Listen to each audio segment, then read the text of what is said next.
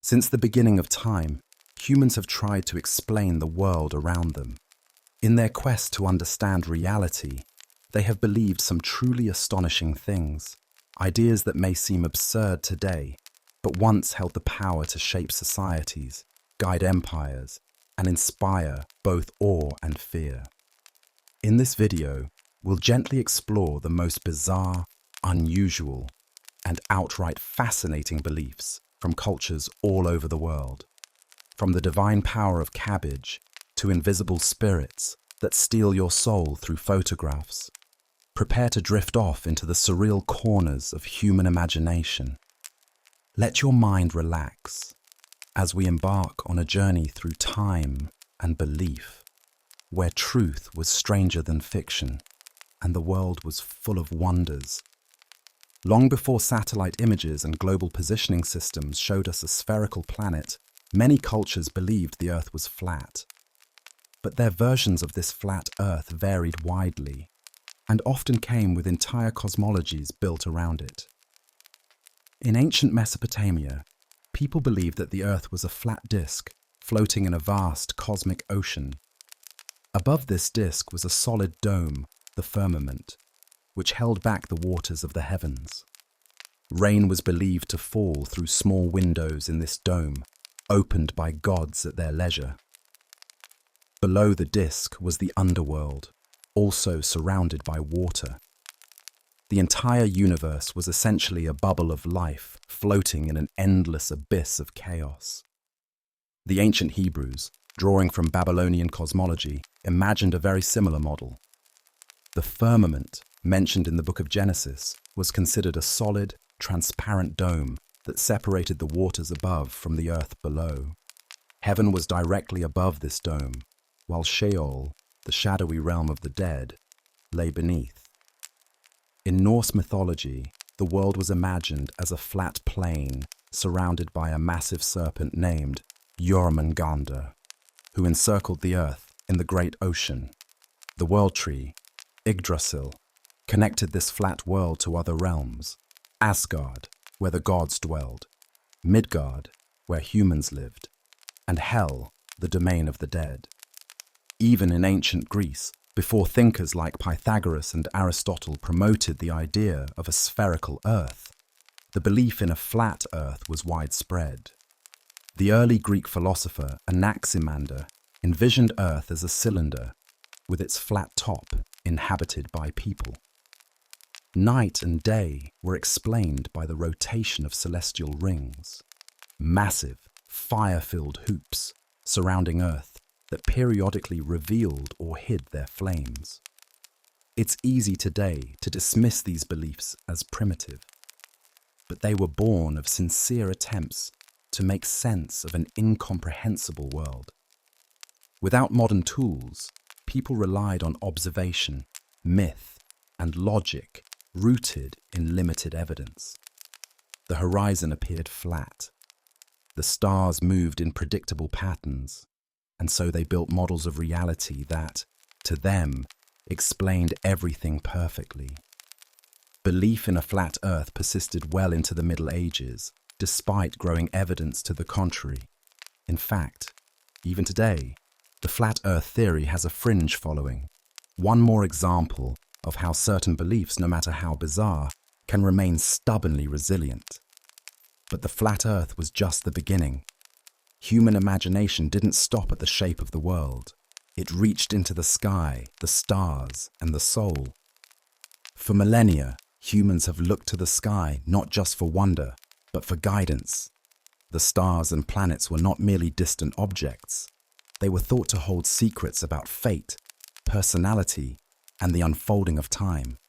This belief, known as astrology, became one of the most elaborate and enduring systems of cosmic meaning. In ancient Babylon, where astrology first took root around 2000 BCE, priests meticulously charted the movements of celestial bodies. They believed the gods communicated their will through the heavens, and so every eclipse, comet, or planetary alignment was read like a divine message. Kings would delay wars, arrange marriages, or even change laws based on these celestial omens. The Babylonians divided the sky into 12 parts, creating the first version of the zodiac. Each section corresponded to a constellation and was tied to specific meanings. This framework later influenced the Greeks, Egyptians, and Romans, each of whom added their own layers of mythology and interpretation. In Hellenistic Greece, astrology fused with philosophy. The idea of the music of the spheres, a mystical harmony produced by the planets in their orbits, suggested that the cosmos itself was a vast, living organism. Philosophers like Ptolemy formalized astrological theory, linking planetary positions to individual destinies. Born under the sign of Mars, you might be bold, aggressive, or quick to anger. Venus, romantic, charming, perhaps a bit vain.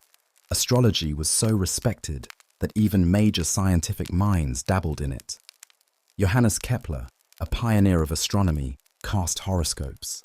Isaac Newton studied alchemical texts and astrological lore. To many, the stars offered a bridge between the material and spiritual realms, a divine clockwork guiding every life. In medieval Europe, astrology was deeply entwined with medicine. Physicians would diagnose patients and prescribe treatments based on the positions of the planets. Each organ corresponded to a celestial body. The heart was ruled by the sun, the brain by the moon, the liver by Jupiter. A lunar eclipse might be seen as a threat to mental health. A Mars-Venus opposition, perhaps a time of tension in relationships. But astrology's reach wasn't limited to elite scholars. Ordinary people consulted village astrologers, carried amulets inscribed with zodiac signs, and consulted star charts to plan their lives. Entire calendars were shaped around astrological events. And even today, billions of people read daily horoscopes, explore birth charts, and seek comfort in the notion that their lives are written in the stars. Though modern science has dismissed astrology as pseudoscience, its allure remains powerful, a testament to humanity's need for meaning in the vast, silent cosmos. What's most bizarre isn't necessarily the belief that stars influence us, but the sheer persistence of that belief across so many cultures and centuries. It shows how deeply we yearn for order, for signs that we are not alone in a chaotic universe. In the 19th century, a new invention astonished the world: the photograph.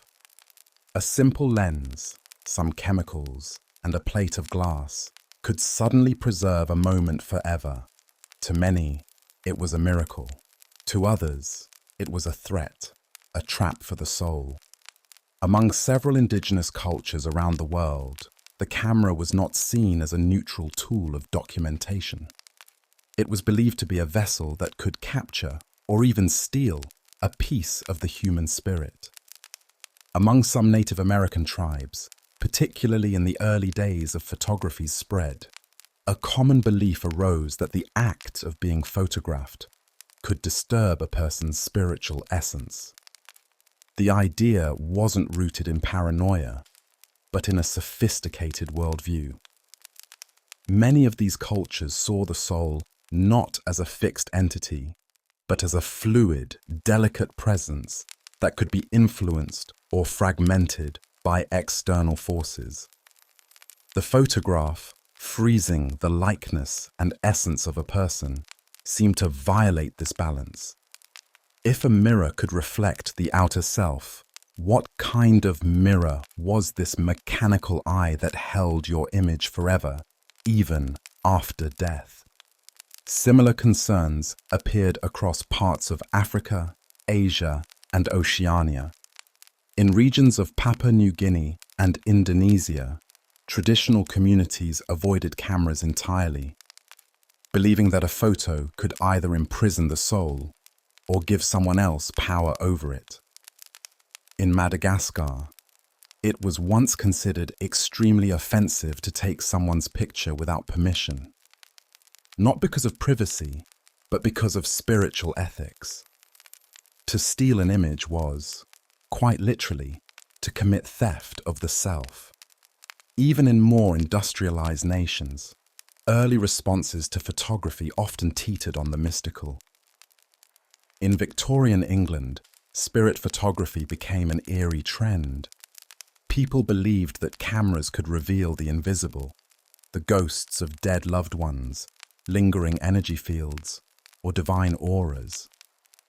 Photographers claimed to capture images of people seated beside their deceased relatives, whose transparent forms seemed to hover in the frame. Although many of these were later exposed as clever tricks with double exposures, the popularity of such images reveals how naturally the human mind associates the visual with the spiritual. At the heart of all this was a deeply human anxiety, the fear that something so precise, so eerily accurate, must be more than just a picture. A photograph was not like a painting, with its visible brushstrokes and emotional interpretation. It was a slice of life, suspended. That level of reality felt invasive, uncanny, possibly supernatural. As cameras became more common, these beliefs slowly faded, but remnants of them remain even today. Consider the rituals people perform before taking pictures, fixing their hair, adjusting their posture, managing their expression. It's not just vanity, it's a subconscious desire to control how one's essence is presented and remembered. In the age of social media, where millions of images are uploaded every day, our obsession with image has only deepened, and perhaps in some small way, the ancient fears were not entirely misplaced. Our digital likenesses may not steal our souls, but they do become a part of our identity, floating in a cloud, searchable, shareable, and sometimes outliving us. The belief that a photograph could trap the soul may sound bizarre, but it reflects something profound, an intuition that there is more to a human being than what meets the eye, and that technology, when it mimics life too closely, steps into sacred territory. The notion that a photograph can hold power over the soul may seem distant, but beneath the surface of modern life, that belief still resonates, quietly, invisibly, embedded in our rituals, our unease, and our longing to be seen and remembered. A photograph, after all, is not just a recording, it's a distillation. It reduces a person's entire complexity to a single frozen instant. And yet, that still image can evoke more emotion, more memory, than 1,000 words ever could. Sigmund Freud once wrote about the uncanny, those things that feel both familiar and foreign, stirring a deep, almost primal discomfort. The photograph, in many ways, embodies this sensation. It shows us what we know, but in a form we don't quite trust. A face we love, lit in a way that feels wrong. A moment preserved, but stripped of motion, sound, and warmth. In this sense, photography touches the same psychological nerves that ghost stories do. It creates a haunting, not of a place, but of time. When you look at an old photograph of yourself, perhaps from childhood, you may experience a moment of dissociation. That person is you, and yet, not you. Their eyes are familiar, but filled with thoughts you've long forgotten. They smile a smile you no longer wear. This encounter with a version of yourself that no longer exists feels eerily close to the spiritual concept of soul fragmentation, that parts of us can be lost, left behind, or captured in ways that feel beyond our control. In Carl Jung's theory of archetypes, the shadow represents those hidden parts of ourselves, fears, desires, or memories we suppress. A photograph can act as a mirror to that shadow, a candid shot taken when we weren't ready, an unflattering image that makes us recoil, a picture from a time we'd rather forget. These images stir the unconscious. They speak to us in symbols. And like ancient talismans or totems, they become objects charged with meaning far beyond their material form. In some spiritual traditions, such as certain schools of Tibetan Buddhism, images and icons are treated with reverence, not because they are magical, but because they serve as containers of energy. A well-crafted image can act as a doorway, a focus point for meditation, or even a vehicle for transformation.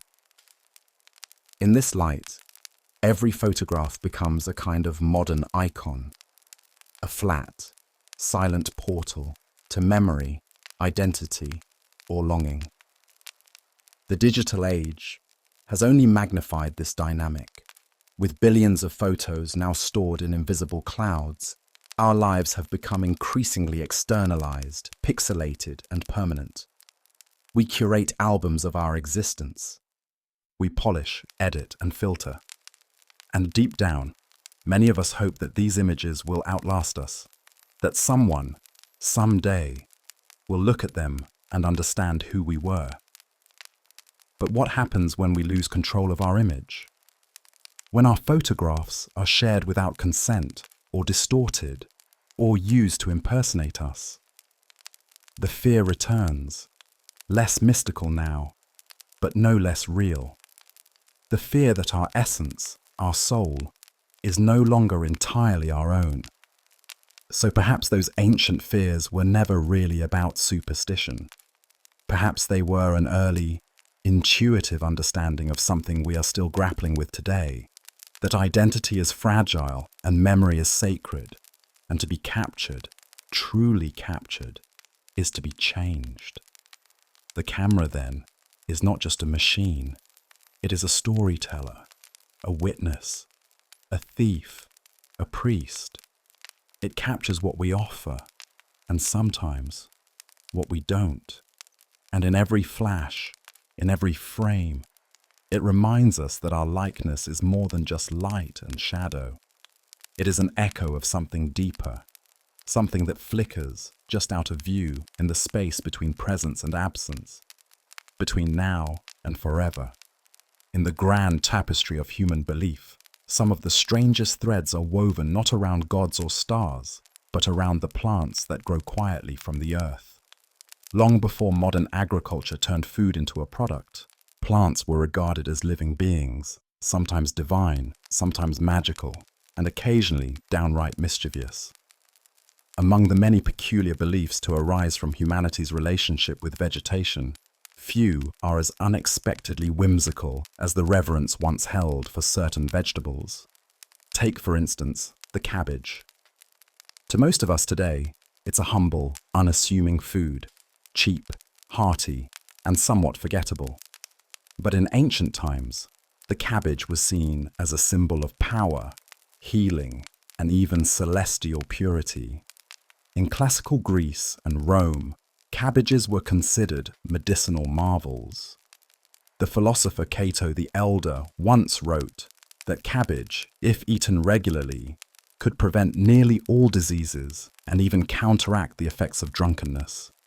The Roman poet Martial noted that cabbage had the divine power to purge corruption from the soul. It wasn't merely a vegetable, it was a purifier, a moral cleanser. To the Roman mind, a good cabbage was a better investment than a physician. But the cabbage's divine reputation didn't end there. In Slavic folklore, children were said to be born from cabbages, an early version of the stork delivery myth, but far more rooted in the soil.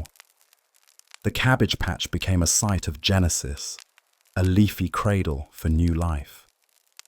This charming idea persisted for generations, and in some rural areas, parents would tell children that they had plucked their siblings from the garden when the moon was full. Then there's the mandrake, a root that looks eerily human when pulled from the ground, its limbs gnarled like tiny arms and legs. In medieval Europe, the mandrake was feared and worshipped in equal measure. People believed that when you pulled a mandrake from the soil, it would emit a piercing scream so powerful it could kill anyone who heard it. 2. harvest it safely, one was advised to plug their ears with wax and tie the root to a dog. The dog, running at command, would pull the plant free and die in the process. The human, thus protected from the deadly cry, could retrieve the root and claim its power. Mandrake was said to bring luck, fertility, and prophetic dreams. People carried pieces of it as talismans and planted it near doorways to ward off evil spirits. But not all sacred plants were dangerous. In Japan, the radish, specifically the daikon, was historically offered to Shinto gods as a symbol of purity and renewal. Its simple white flesh represented the cleansing of the spirit, and its spicy flavor was said to mirror the fire of inner transformation. Shrines would offer daikon at seasonal festivals, and some still do today. In parts of West Africa, yams hold deep spiritual significance. Among the Igbo people of Nigeria, the yam is not just a food, it is a sacred measure of manhood, wealth, and divine favor. Annual yam festivals celebrate the harvest with rituals, dances, and offerings to the gods. The first yam of the season is eaten only after being presented to the ancestors, for it is believed that yams connect the living to the dead. To plant a yam is to acknowledge the cycle of life and death, to sink a promise into the soil that it will rise again. In ancient Egypt, lettuce was considered the favorite food of the fertility god Min. Wild lettuce, especially in its more potent forms, had psychoactive properties, and priests believed it enhanced virility. Rituals were performed in which lettuce was offered as a sacred symbol of rebirth. In contrast, the humble onion was buried with the dead, its many layers seen as representing the afterlife's infinite mysteries. Tomb paintings show priests holding onions to the eyes of the deceased, believing the scent could restore vision in the next world. Even garlic, now relegated to kitchens, once held great supernatural weight. In countless traditions from Eastern Europe to India, garlic was a protective charm against evil.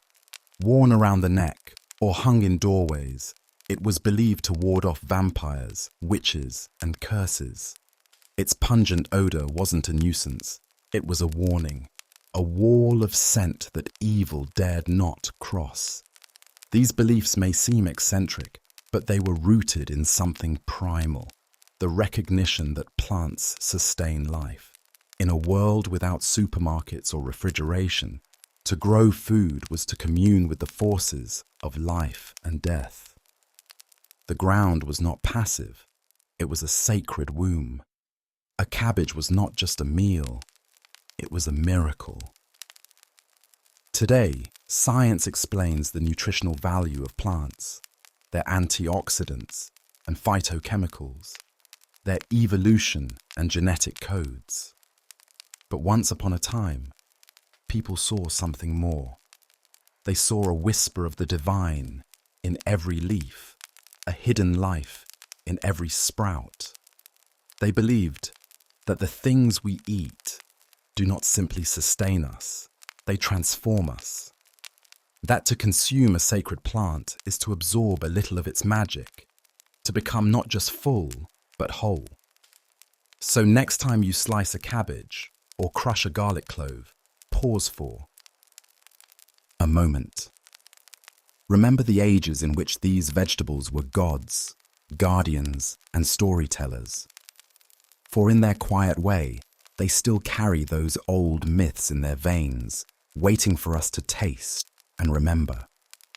While some vegetables were revered for their grounding properties, fertility, purity, protection, others earned their place in the pantheon of human belief because they opened doors to vision, prophecy, and realms beyond ordinary sight. Certain plants were not merely sacred, they were oracles. They spoke, they revealed, and they were feared not for the demons they repelled, but for the truths they revealed. Perhaps no other plant carries as much spiritual weight as the mushroom. Across cultures, mushrooms have been seen as messengers between worlds. able to bend perception and transport the soul. In Siberia, shamans of the Evenki and Chukchi peoples consumed the Amanita muscaria, red-capped, white-spotted, and toxic unless prepared properly. Under its influence, the shamans were said to fly, to ascend invisible ladders into the sky, where they communed with spirits and ancestors. The ritual was so potent that even the urine of someone who had consumed the mushroom retained its properties, and others would drink it to share in the vision. In Mesoamerica, the Aztecs worshipped Teonanacatl, meaning flesh of the gods, referring to psychoactive mushrooms. Used in religious ceremonies, these fungi connected the people to their gods and the cycles of the universe. When the Spanish conquistadors arrived, they were horrified by what they saw. Ceremonies filled with laughter, weeping, visions, and what they considered pagan blasphemy. They banned the mushrooms, forcing the practice underground. Yet it persisted, in secret caves and midnight rituals, passed from mouth to mouth like a sacred prayer. In ancient Greece, a mysterious drink known as kykeon was consumed during the Eleusinian Mysteries, a powerful and secretive religious rite that promised initiates a glimpse of immortality. Though the exact recipe is lost, many historians believe the drink contained ergot, a fungus that grows on rye and can induce visions. Initiates, sworn to secrecy, would drink the kykeon and descend into a night-long ritual of death and rebirth. Plato and Cicero spoke of its transformational power, of how it showed them the soul's immortality. In South America, indigenous tribes have long used ayahuasca, a powerful brew made from the Banisteriopsis carpi vine and the chacruna plant. The result is a dark, bitter liquid that produces hours of intense visions. Under the guidance of shamans, those who drink ayahuasca may meet ancestors, converse with animal spirits, and confront the deepest recesses of their minds. It's not taken casually. The ritual requires preparation, fasting, and intention. It is not a drug. It is a teacher. In India, the sacred drink soma, praised in the Rig Veda, was believed to bestow immortality upon the gods. The exact identity of soma is lost to time, but scholars speculate it may have been derived from a psychoactive plant or mushroom. What remains is the poetry, the hymns sung to this divine substance, the way it lifted voices and expanded consciousness. Even in the Christian tradition, plants hold mystical associations. In medieval Europe, monks cultivated mandrake and belladonna in cloistered gardens, believing them to have both healing and visionary properties. These plants, used in moderation, were said to inspire holy dreams, to open the heart to divine wisdom. The line between sacrament and sorcery was razor thin. What made something sacred was not its ingredients, but the intention, the prayer, the ritual. What all these beliefs share is a deep understanding that plants are not passive. They are alive, aware, and powerful. They grow in silence, but speak through effect. In these ancient practices, humans didn't merely ingest the plant. They entered into a relationship with it. They fasted, purified themselves, asked permission, and gave thanks. They saw the plant not as a commodity, but as a guide. And perhaps the most bizarre and beautiful belief of all is this, that the earth itself whispers in roots and vines and leaves, and that if we listen closely, it will teach us what it means to be human. In a world that often demands rationality, these beliefs might seem like relics of a primitive past. But look again. People still gather in forests, still crush leaves between their fingers and inhale deeply, still light incense, still drink tea with reverence. In every herbal remedy, every spiritual garden, every ritual sip of something warm and ancient. Those old beliefs flicker back to life. Plants, in their quiet wisdom, have always had stories to tell. And if we're gentle, if we listen as our ancestors did, we may still hear their sacred truths growing, leaf by leaf, in the soil beneath our feet. While plants have been revered for their spiritual potency, perhaps the most enduring and strange belief across nearly every culture is that food itself is a bridge, not just between the physical and spiritual, but between the living and the dead. From ancient altars to modern graveyards, from grand festivals to quiet household offerings, humanity has always believed that what we eat and how we share it holds immense power. In ancient Egypt, tombs were often stocked with food and drink for the journey into the afterlife. Carvings showed loaves of bread, onions, figs, jars of beer and slabs of meat arranged beside the mummified body. These weren't symbolic offerings. They were seen as actual sustenance. It was believed that the soul, or ka, would return regularly to feast and draw energy from these gifts. The smell, the essence, even the memory of food was enough to nourish the spirit. Without these offerings, the dead could become restless, hungry, and lost. In China and many East Asian cultures, the Hungry Ghost Festival is still observed today.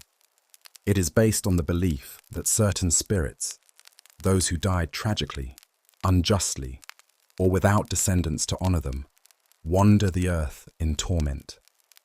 To appease them, families prepare elaborate meals and place them outside their homes or in temples.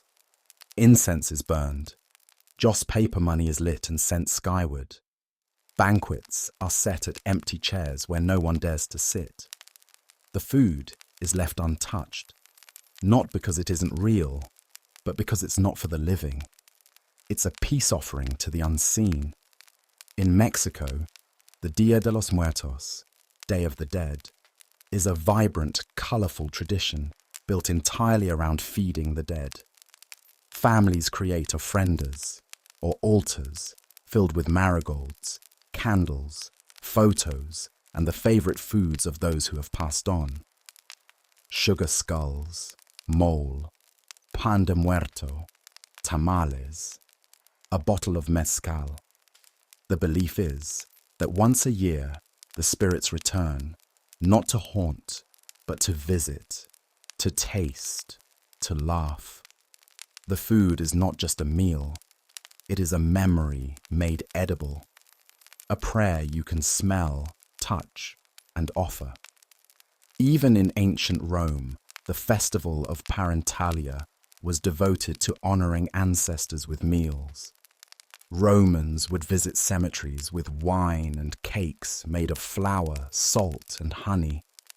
They believed that forgetting to feed the dead could provoke their anger, while a well-fed spirit would watch over the household with benevolence.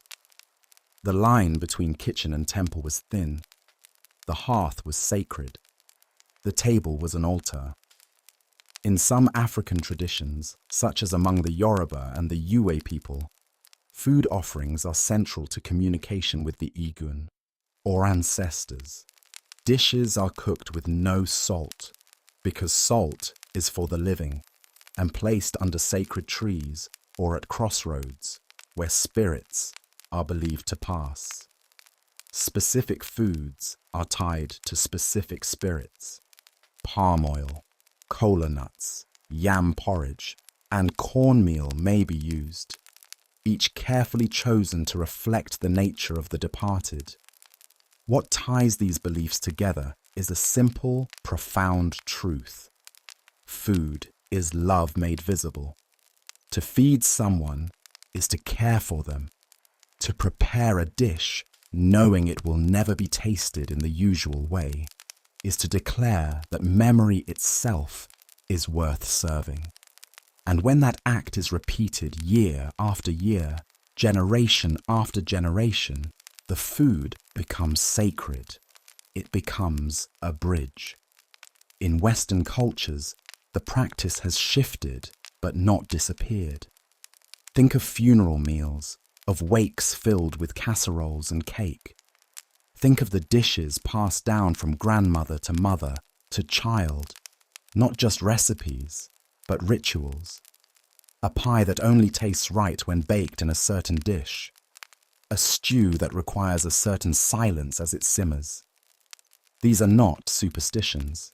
They are acts of devotion.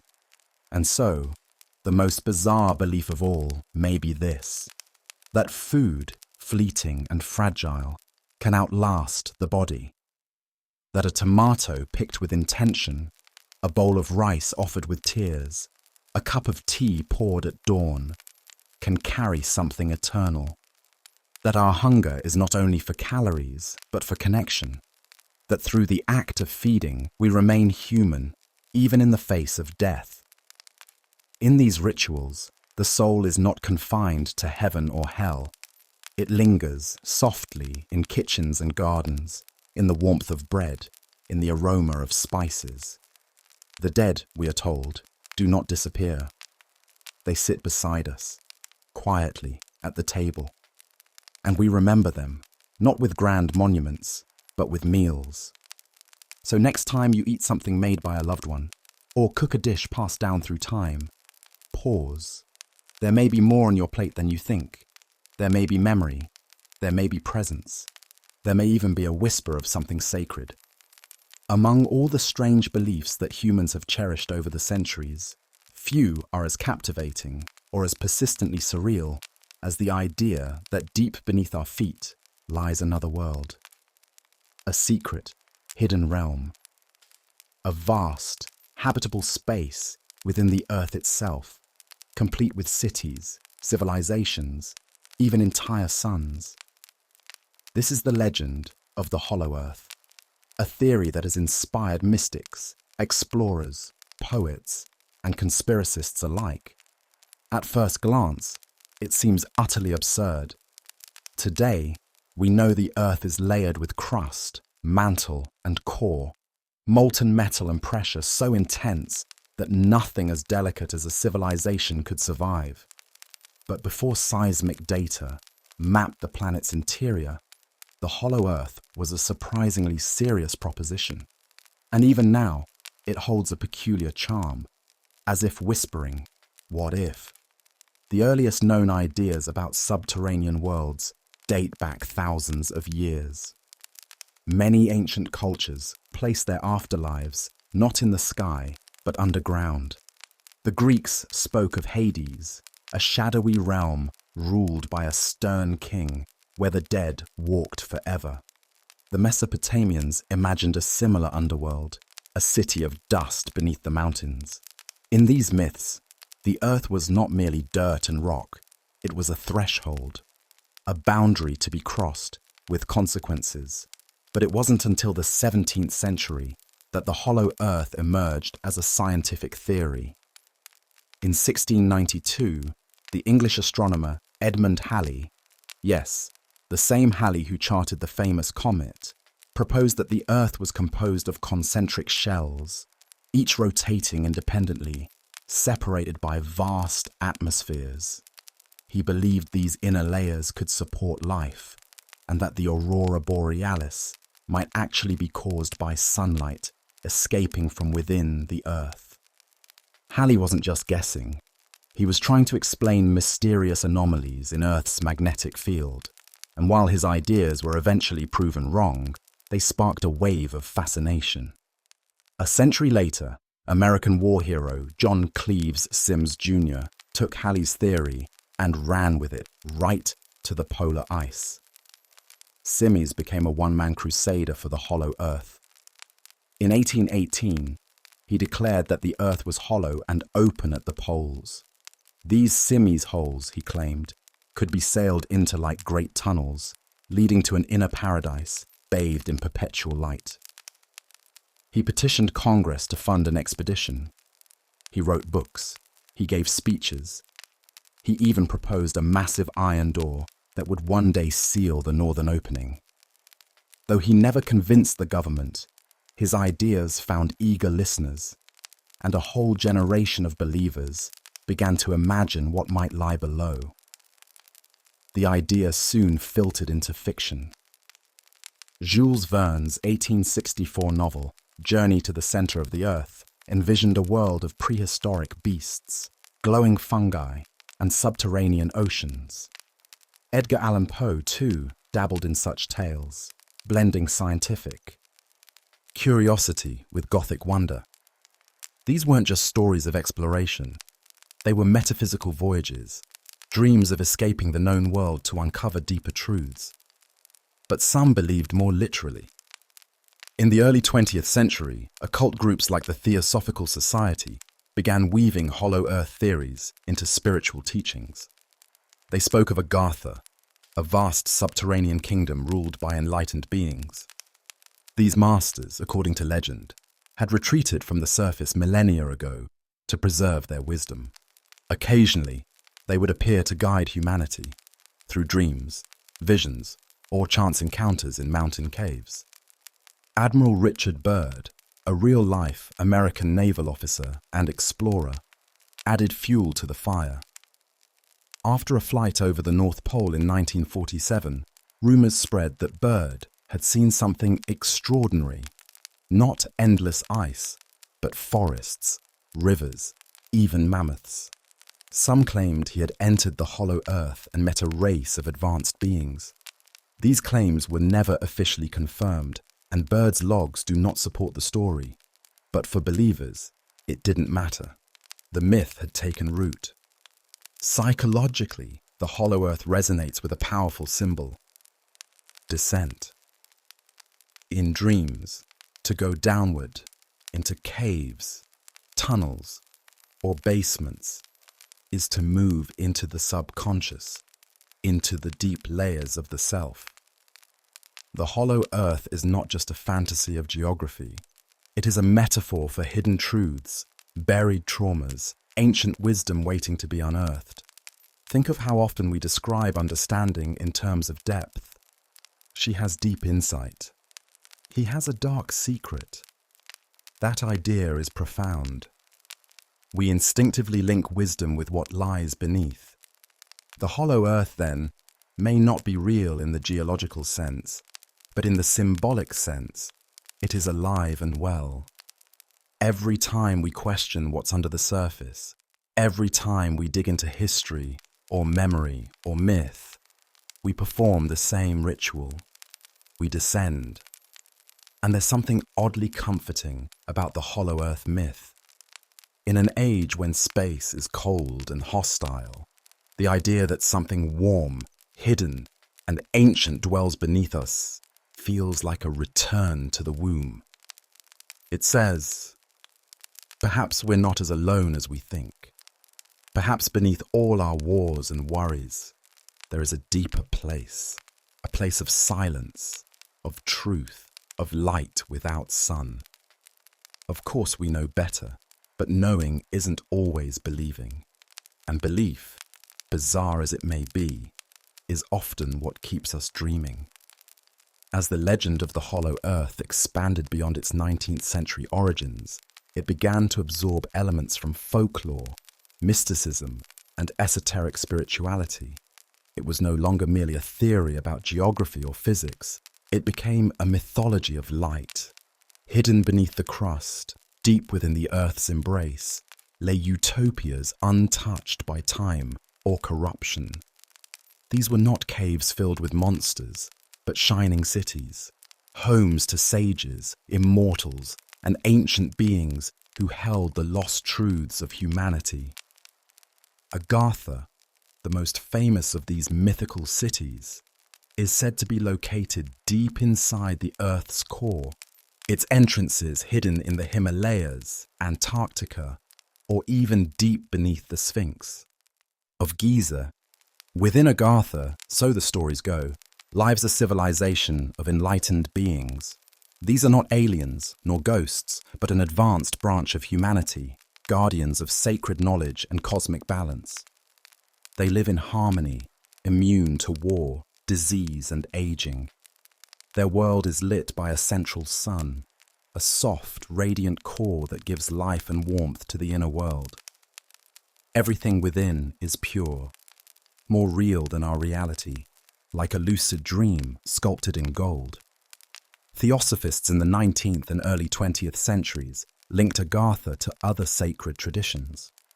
Some claimed it was the original Eden, others believed it was the lost kingdom of Shambhala, mentioned in Tibetan Buddhist texts as a hidden realm, accessible only to those of pure heart and clear mind. The blending of these beliefs formed a spiritual geography, a map not of the Earth's crust, but of its imagined soul. Nazi occultists, in their strange quest for Aryan origins and mystical power, even sent expeditions to Tibet and Antarctica, hoping to find the entrances to these inner realms. They believed that the first human civilizations came not from Mesopotamia or Africa, but from within, emerging through the poles and spreading across the surface like pilgrims from paradise. While their ideas were rooted in dangerous ideology, the very fact that governments entertained such myths shows how powerful the Hollow Earth narrative had become. In South America, the myth took on new life. In Brazil, tales of an underground city called Zeti surfaced, home to descendants of Atlantis who had fled below before the Great Flood. In the rainforests of the Amazon, indigenous legends speak of spirits and beings who live beneath the earth, traveling through stone like mist, occasionally appearing to those who walk the forest with respect and humility. These stories are not just remnants of ancient fears, they are expressions of presence, of the sense that the land is alive, aware, and filled with mystery. Even today, some fringe theorists blend these ancient myths with modern alien lore, claiming that UFOs do not always come from space, but from deep within. According to this view, the Earth is not only hollow, but honeycombed with tunnels and chambers, like the body of a great beast. The UFOs are not extraterrestrial, but intraterrestrial, machines of a hidden race watching us from the shadows of the Earth. But perhaps the most poetic layer of the Hollow Earth myth is not about beings or cities. It's about silence. In every story, the journey to the inner world begins with a descent. Down into the cave, down through the ice, down through forgotten staircases carved into mountain stone. As you go deeper, the noise of the surface fades. The chaos, the chatter, the weight of the ordinary world dissolves. And in its place, stillness, warmth, echoes that sound like memory. Carl Jung might have called this the descent into the unconscious. Joseph Campbell might have named it the hero's journey, into the belly of the whale, into the darkest cave where the treasure of transformation lies. In this view, the Hollow Earth is not a place at all. It is a state, a sacred space within the human mind, where myth, fear, and longing converge, a cathedral carved from intuition. And isn't it beautiful, in a strange and tender way, that even as we reach for the stars, we still wonder what lies below, that we still imagine secret sanctuaries hidden in the deep, where something ancient waits, not to destroy us, but to remind us that truth can be hidden, that peace can exist in the quiet, and that not all journeys begin by looking up. Some begin by looking down, by closing the eyes, by listening to the heartbeat of the world beneath our feet. In this way, the Hollow Earth lives on, not beneath the mountains or beneath the ice, but beneath our certainties. It is a whisper in the dark, an invitation to descend, not to escape, but to remember, to seek, not proof, but wonder. As we let our minds wander through the layers of the Hollow Earth myth, we begin to see it for what it truly is, Not just a theory or a fantasy, but a mirror, a deep mirror, reflecting back our eternal desire to find what's hidden, to unearth what has been lost. The hollow earth, in all its imaginative absurdity, is perhaps the most poetic expression of humanity's longing to return to something older, purer, and deeply personal.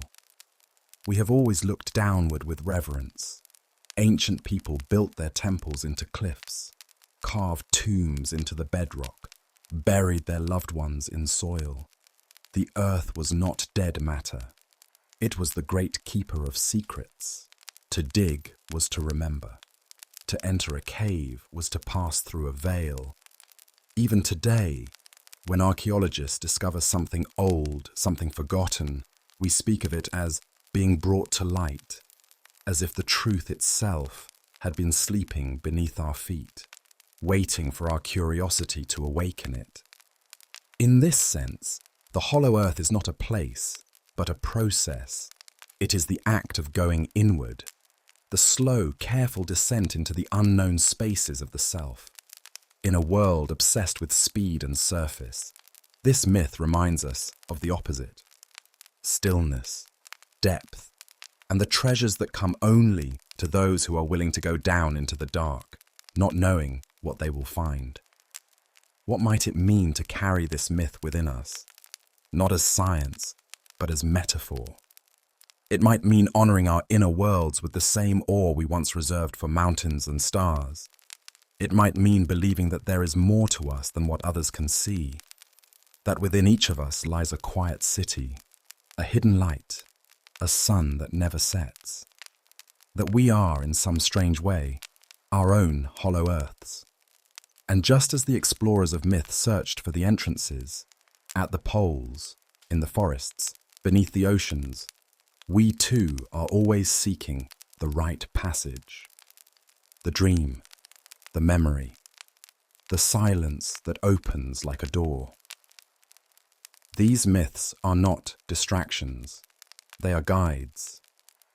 They point us toward wonder, and in doing so, they help us remember how to look, not just outward, but inward. The belief in the hollow earth may fade, but the hunger it speaks to never will. The hunger for something beneath the ordinary, the sense that this world, for all its chaos and clamour, rests on something older, softer, waiting. A heartbeat in stone, a breath beneath the bedrock, a voice in the silence saying, "Come home." And maybe, when we close our eyes at night and drift into sleep, we're following that very call. We descend, not through tunnels of rock, but through layers of thought, memory, and dream. Down, ever down, into the quiet, where stories are born and the soul takes root. There, in the deep places, truth and myth are no longer separate. There, we remember not only the strangeness of our ancestors' beliefs, but the beauty of their longing. And maybe, just maybe, we come to understand that in believing in the hollow earth, they were really believing in something even more mysterious, the depth of the human spirit.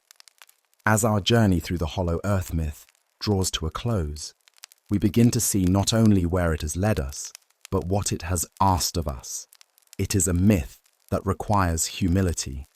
It invites us to believe, even momentarily, that what we think we know might only be the outer shell of something deeper.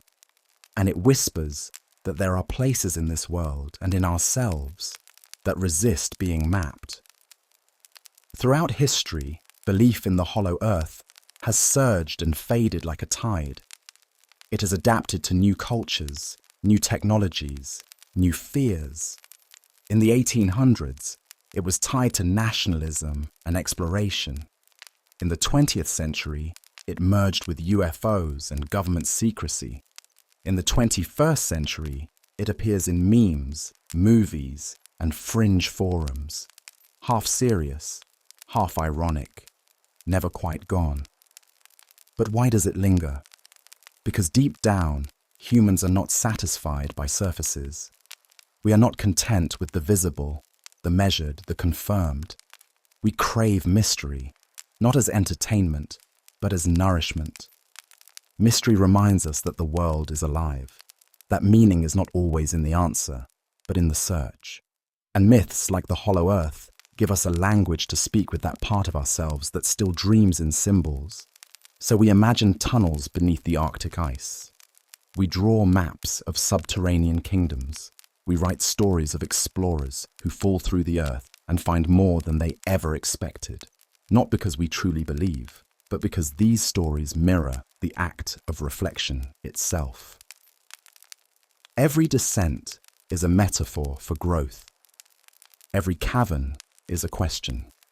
Every glowing city beneath the crust is a wish for peace, for order, for understanding in a world that rarely offers it. Even the absurdity of the belief has a strange value.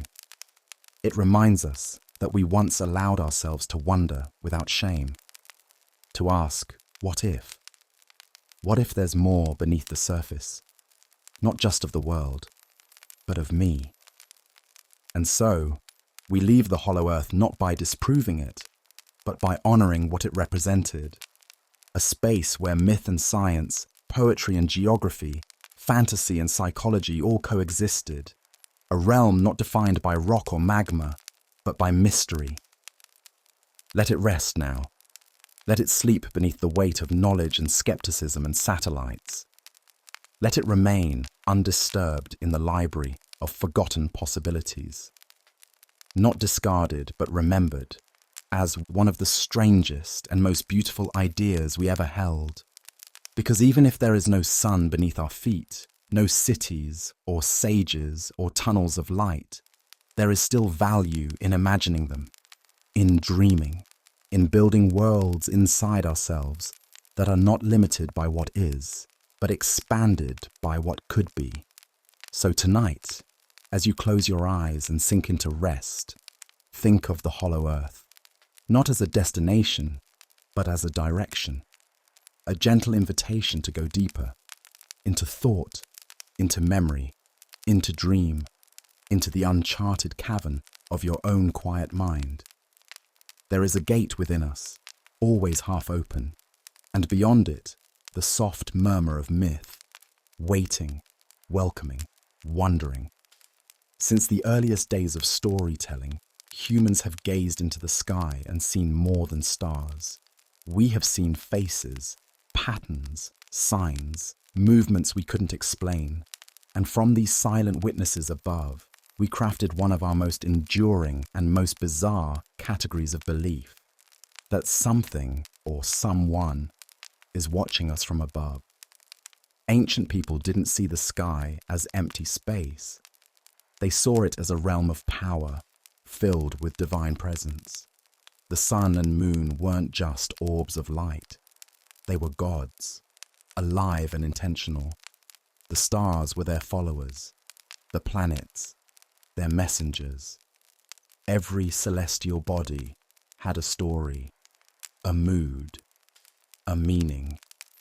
In Sumeria, among the oldest civilizations on Earth, the sky was the domain of the Anunnaki, gods who were said to have descended from above to shape human destiny. According to ancient cuneiform texts, these beings brought knowledge, laws, and even life itself.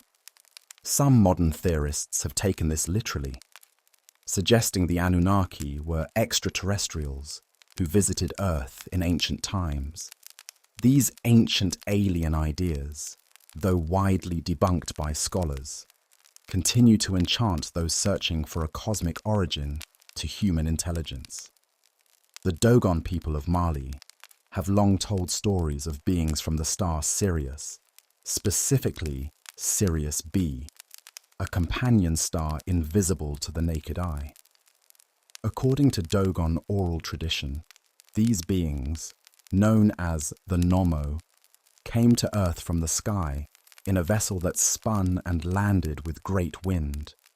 The most intriguing detail: the Dogon described Sirius B long before Western astronomers confirmed its existence through telescopes. How did they know? Was it deep astronomical observation passed down through myth, or something else? In ancient India, the Sanskrit texts speak of the Vimanas, flying palaces and chariots used by the gods. These were not clouds or metaphors. They were described with technical precision. Multi-tiered machines, sometimes metallic, with weapons of fire and propulsion systems. The epic Mahabharata describes sky battles, divine aerial duels that sound, at least to the modern reader, eerily like science fiction. In Mesoamerica, the Mayans and Aztecs crafted intricate calendars based on celestial events.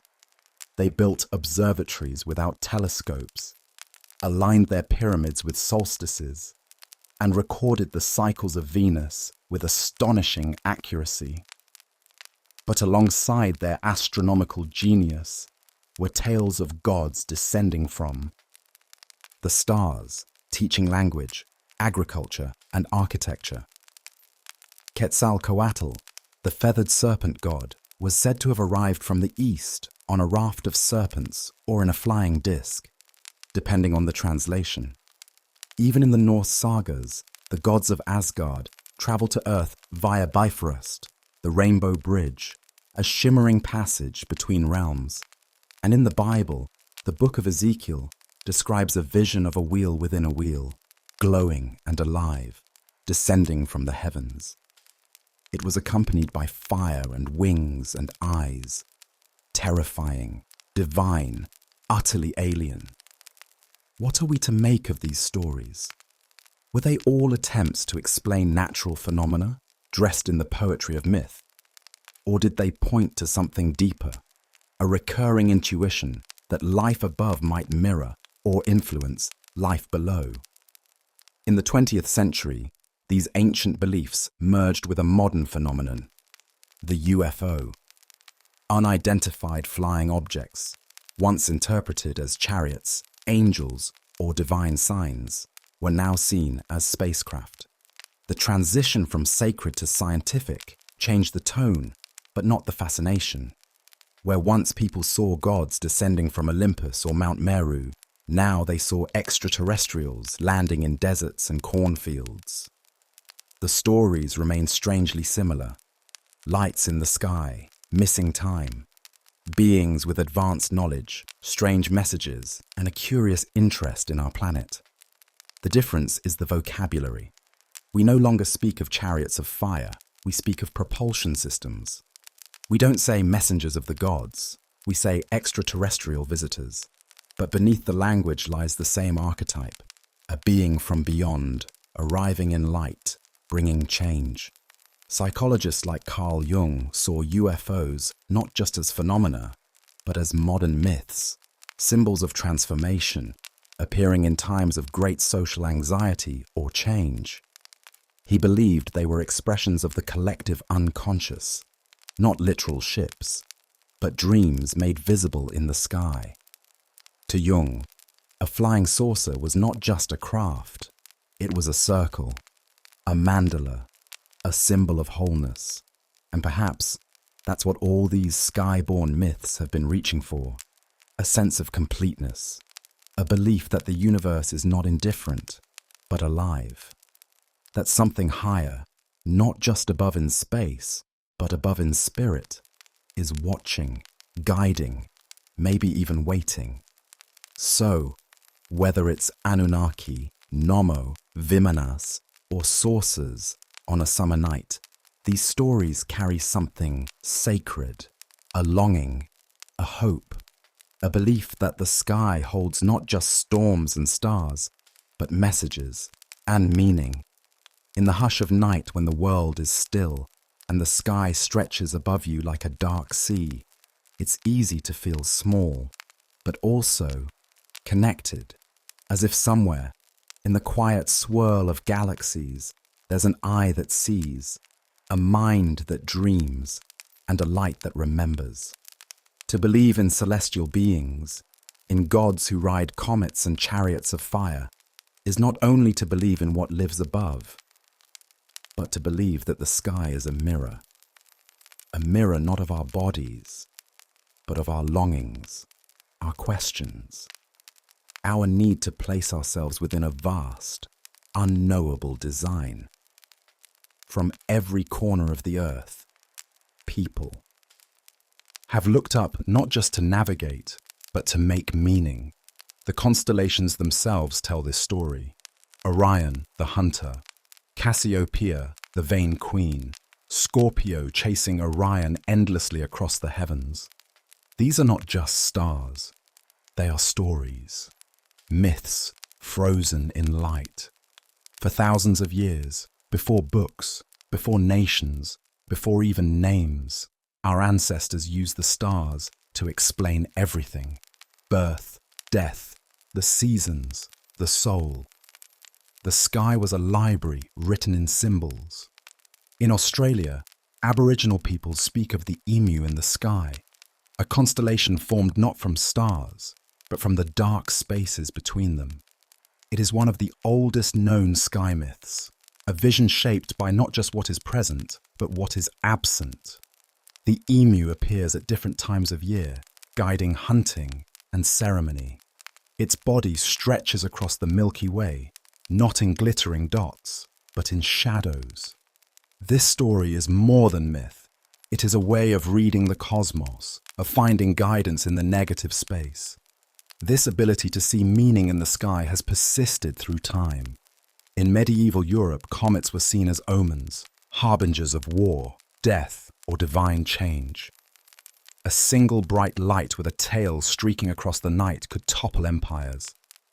Entire populations would fast, pray, and prepare for what the heavens were surely warning them about. Even the moon, ever present and silent, has carried countless beliefs. In many traditions, it is seen as feminine, a goddess of rhythm, tide, and transformation. In others, it is a watching eye, or a ghostly traveler following us through time. The moon controls water, and humans, composed mostly of water, have always sensed some deeper pull. Some say it affects dreams, others say madness, but all agree the moon is more than a rock. And then there are the eclipses, moments when the sky behaves unexpectedly. The sun disappears, day turns to twilight, animals grow silent, and humans, throughout history, have felt a chill, not just of shadow, but of awe. In ancient China, it was believed a dragon was devouring the sun. In parts of India, people would fast and stay indoors, afraid of harmful energy. In Norse legend, it was the wolf's skull finally catching the sun, fulfilling prophecy. These beliefs may seem fantastical, but they tell us something real, that humans do not live on the earth alone. We live under the sky, and the sky, with its eternal motions, has always felt alive. It moves with intention. It hides and reveals. It brings light and storms, beginnings and endings. And so we give it stories. We fill it with watchers. In this way, celestial beings are not just others, they are us. They reflect our fears, our hopes, our moral questions. They arrive in moments of doubt, when the world seems too vast and we too small. And they tell us, through myth and symbol, that we are not forgotten. That even in a universe of cold stars and distant galaxies, there is still a thread of meaning, written not just in the sky, but in the mind that sees it. Even today, we feel this pull.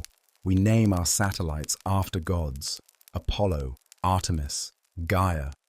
We send golden records into space, filled with music, languages, dreams, hoping someone or something will hear. We peer through telescopes, not just for science, but for reassurance. Reassurance that the cosmos is not empty, but rich, that we are part of something. And when we watch the stars flicker in the dark, when we trace constellations known to every generation before us, we participate in the oldest human ritual, the ritual of wonder. A ritual that says, quietly, beautifully, look, there is more. In the end, perhaps the most mysterious thing about the sky is not what it shows us, but what it refuses to say. It offers light, motion, pattern, but never voice. It has no language, and yet, across millennia, cultures have spoken to it, and more importantly, listened. In that silence, we have projected gods, prophecies, music, battles, and visitors from other worlds. What's truly bizarre is not that we believed the sky was alive, but that it felt so right to do so. The stars don't speak, but they shimmer. The planets don't move for us, but their patterns seem to echo our own.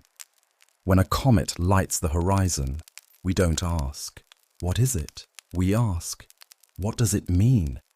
And that question of meaning may be the most human one of all. We crave meaning more than answers. We seek stories more than certainty. In that spirit, the myths of sky beings, from angels to Anunnaki, from cosmic travelers to dream messengers, serve a deeper role. They remind us that the unknown is not the enemy, that wonder is a vital force, that not every question must be solved to be sacred. The heavens have always represented scale, the infinite, and when we stare up, we confront our own scale in contrast. A person is small, a life is brief, but to believe, even just for a moment, that something watches, that something listens, turns that scale into something else, perspective. We are not the center, but we are not lost either. We are part of the same unfolding story. Science gives us tools to understand the mechanisms of the sky, its distances, its orbits, its timelines. But myth gives us tools to feel the sky, to see in its blankness a canvas for our hopes, to find in its vast silence a place for our questions. Even now, with rovers on Mars and satellites reading the weather in real time, we still gaze upward with the same quiet awe. We still make wishes on stars. We still photograph the moon. We still speak of signs in the heavens, because the sky hasn't lost its mystery. It has only deepened. And maybe that's the strange, tender truth at the heart of these beliefs, that the sky is not empty, that it never was. It is filled, not with gods or ships or watchers perhaps, but with meaning. Meaning we pour into it. Meaning that reflects back like moonlight on water, subtle and silver and shifting. So tonight, as you drift towards sleep, know that above you stretches the same sky that watched over your ancestors, the same constellations, the same moon, the same gentle veil of stars, and while it may never speak aloud, it offers something just as precious, a space to dream into. And in those dreams, you might find a face in the stars, or a voice without words, or a journey that begins not with a step, but with a glance, upward. Because in every age, in every culture, and in every heart, the sky remains what it has always been, a mystery worth believing in. There is a softness to the night sky that no daylight can offer, a sense not of clarity, but of possibility. During the day, the world is sharp and certain. Light cuts through shadow, and everything is seen. But when night falls, we surrender. Shapes blur, edges dissolve, and the sky above becomes a kind of ocean, carrying the dreams of every generation that came before us. Long ago, before cities dimmed the stars, people slept beneath this sky. Farmers, poets, children, soldiers, all under the same dome of light. They watched constellations move slowly over the course of the year. They measured their lives against the stars, marking births, deaths, and harvests by their rising and setting. The sky was a calendar, a clock, a compass, and something more. It was a living scroll, filled with meaning that could only be read with the heart.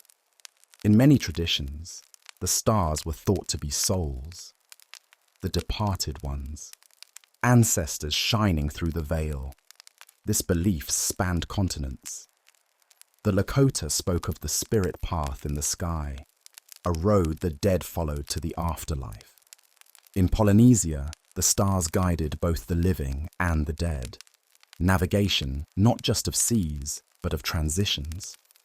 In medieval Islamic thought, stars were not just orbs of fire, but intelligent entities shining with divine intention.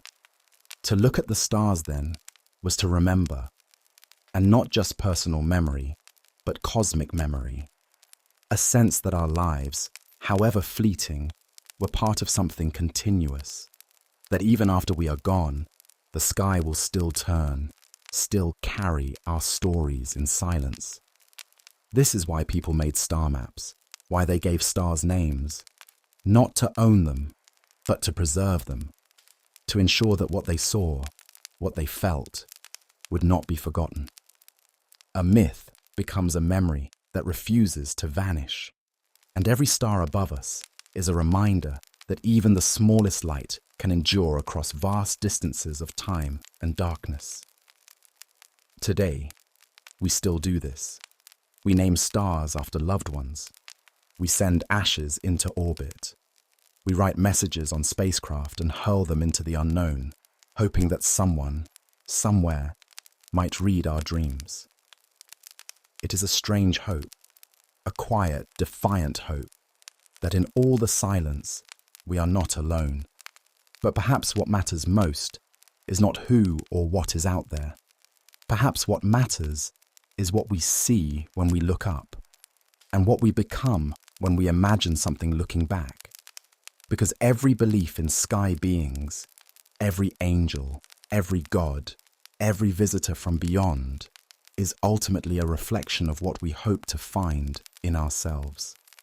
Guidance, light, memory, connection, the idea that somewhere beyond the noise of the world, there is still wonder, still grace. And so we carry these sky myths not just in history books, but in the way we dream, in the way we hope, in the way we lie beneath the stars and let the vastness soften us. Tonight, let the stars carry your questions, let the sky cradle your thoughts, and let the quiet presence above remind you of something older than fear and deeper than fact, that the sky remembers, and so do we.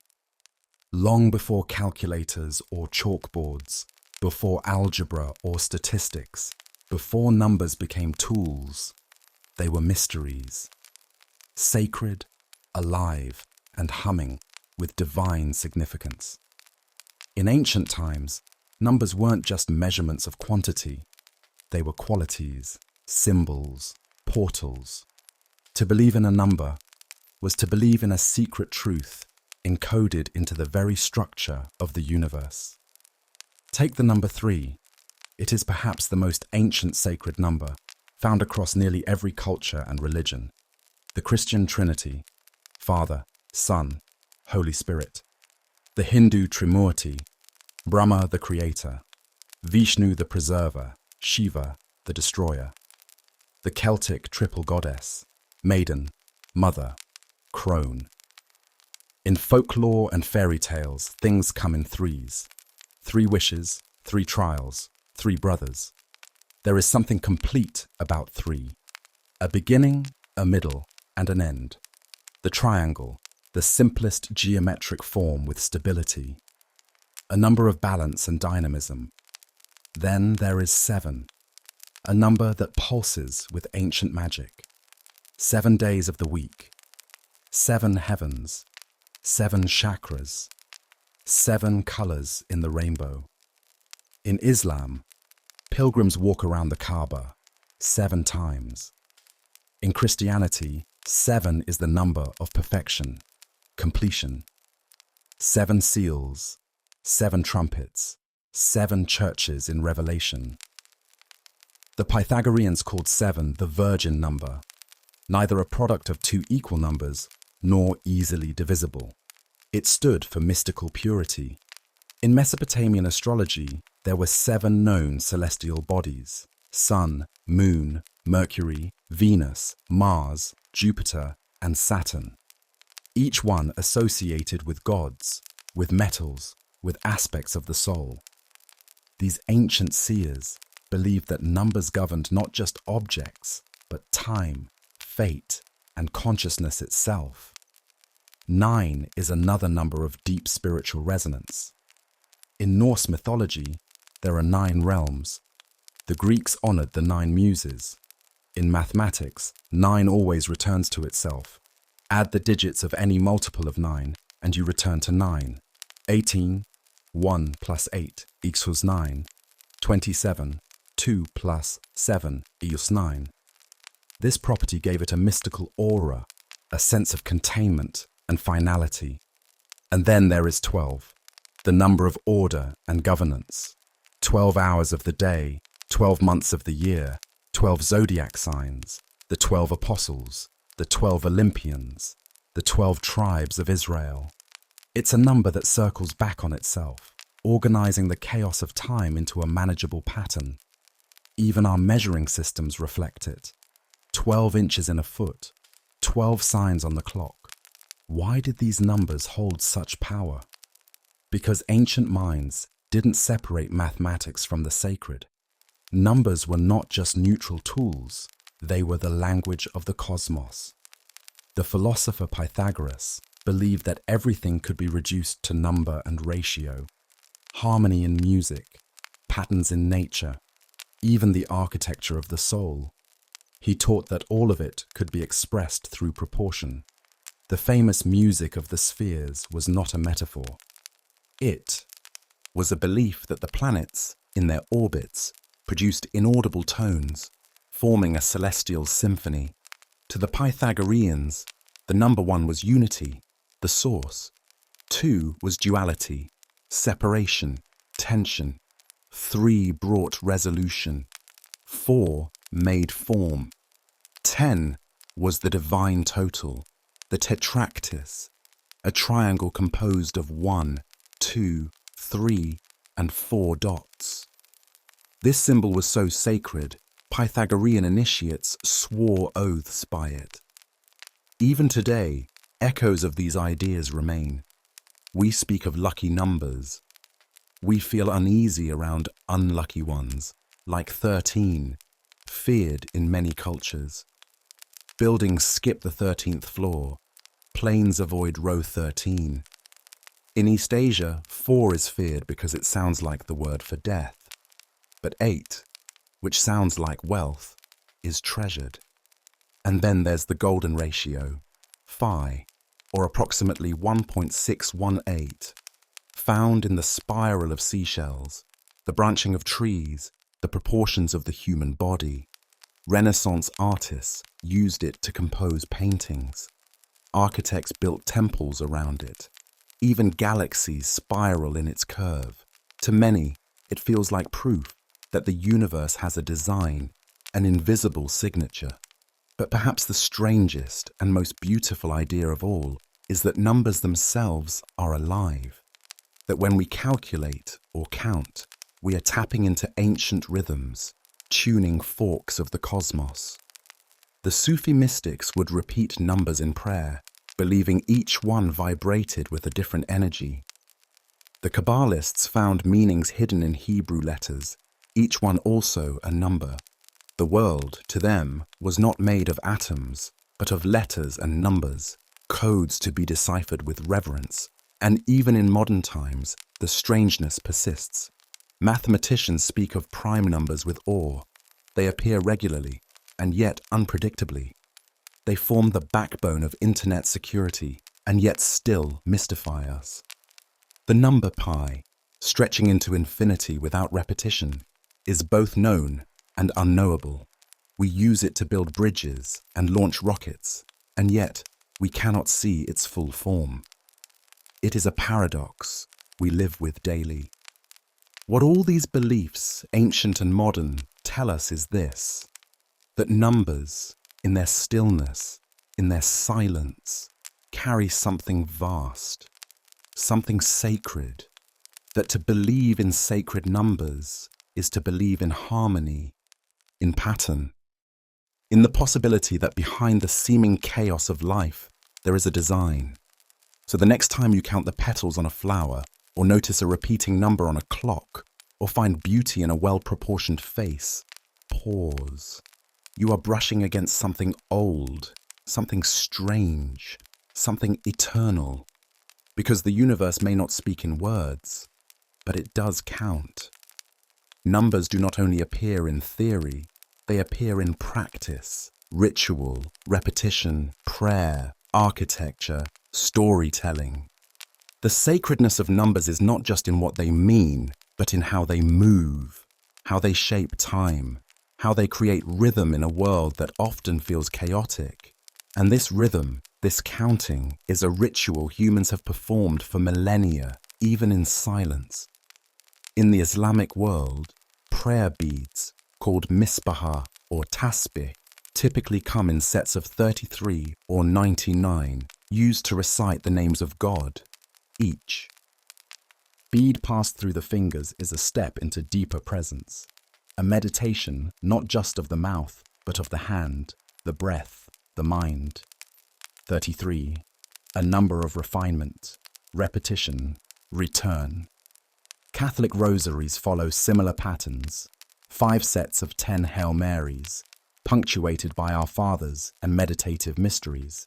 The numbers guide the devotion, structure the flow, carry the voice of prayer, like oars carry a boat. Each counted word becomes a brick in the inner temple. Sacred repetition, sacred architecture. In Buddhism and Hinduism, mala beads typically count 108, considered a cosmic number, reflecting the distance between the Earth and the Sun, about 108 times the diameter of the Sun, the Earth and the Moon, and the traditional 108 defilements to overcome in the pursuit of enlightenment. Here, number becomes not just symbol, but map. A map to liberation. Why does this matter? Because the act of counting is a return to center. It is a grounding force, a way to bring shape to formlessness. When the mind is scattered, numbers restore pattern. When emotions are overwhelming, numbers provide a path. Think of how children count when frightened. Think of how people chant to find calm. Think of how we breathe. Inhalation, pause. Exhalation, pause. Each part measured like steps in a dance. In ancient China, the I Ching, or Book of Changes, used numbers to interpret the will of heaven. Hexagrams composed of 6 broken or unbroken lines. Mathematical in construction, poetic in interpretation. It wasn't randomness. It was cosmic dialogue carried through numbers. Even divination, tarot cards, dice, runes, uses numbers beneath the surface. Cards are drawn, but each belongs to a numbered arcana. Dice are thrown, but the outcome is not just chance. It is meaning encoded in quantity. The roll of a 7, the draw of a 3. Numbers as omens. And in daily life, the echoes continue. We have lucky numbers, often from childhood, superstitions around birthdays, anniversaries, house numbers. Athletes wear specific digits for energy. People avoid hotel rooms with the number 13, or they choose 1111 to make a wish. These are not rational behaviors, but they're deeply human. They are rituals dressed as habits. What's most curious is how often these beliefs form unconsciously. We see a pattern once, then again, and slowly it becomes charged. That number appears on a receipt, on a license plate, on a clock. A feeling stirs, a sense of significance. And we begin to believe, not in the number itself perhaps, but in what it represents. A message, a signal, a guidepost. Psychologists might call it apophenia, the tendency to see patterns in randomness. But that doesn't make the experience meaningless. Meaning isn't always objective. Sometimes it's relational. Created in the mind, then echoed back by the world. In this way, numbers become the alphabet of the unseen, each one a syllable, a glyph, a breath. When used in ritual, they remind us that we are not just passive observers, we are participants, co-creators in a symbolic world where each act, each count, each step is a thread in a larger weave. And maybe that's what makes numbers so powerful, not just their precision, but their ability to carry both structure and soul. They hold opposites in balance, the measured and the mysterious, the known and the unknown. Like sacred music composed with mathematical timing, they resonate because they are both exact and infinite. So tonight, if you find yourself restless, try counting, not to fall asleep, but to remember that each number has a rhythm, each rhythm has a place, and in that rhythm, there is peace. Numbers don't lie, but more importantly, sometimes they sing. As we walk through the gallery of numbers, each glowing with meaning, each humming with memory, we begin to notice something subtle. These aren't just symbols floating in the abstract. They begin to feel personal, like names, like echoes of experiences we've had, moments we've marked, people we've loved. Because numbers don't live only in temples or textbooks.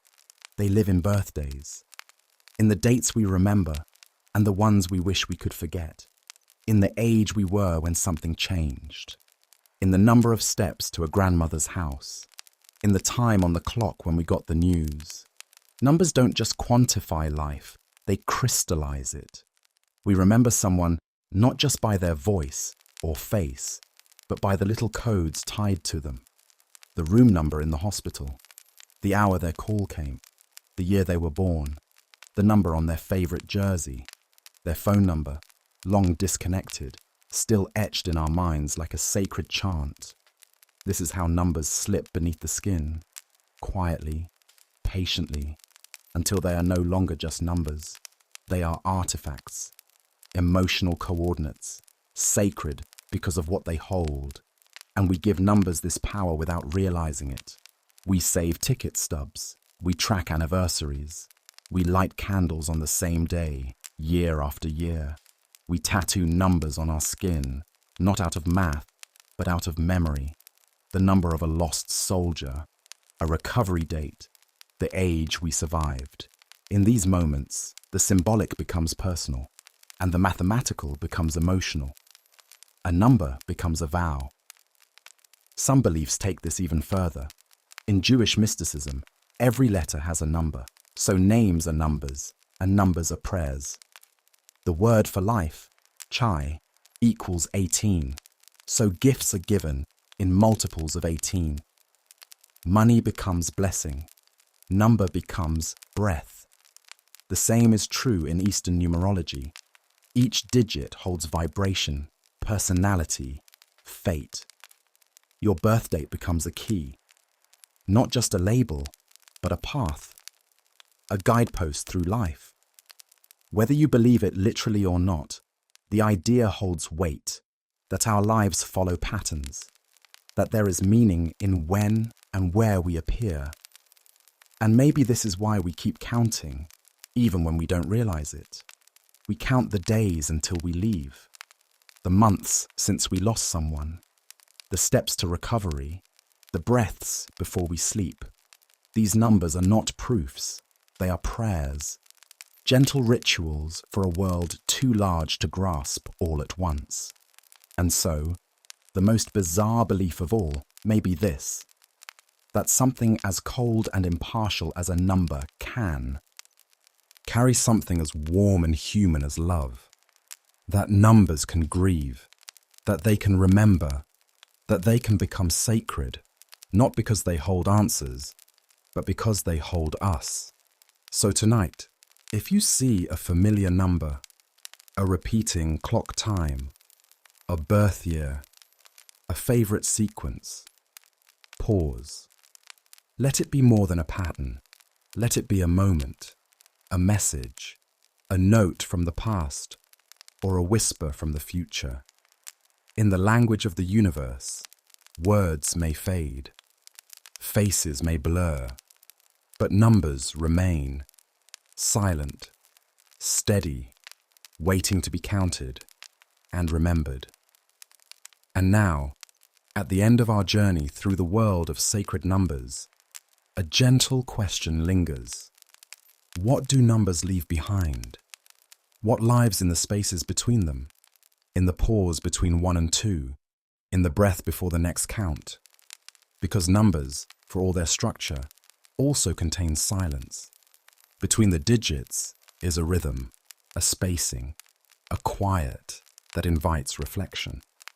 Like music, the meaning lies not just in the notes, but in the rests, the moment of waiting, the stillness that allows everything else to be heard.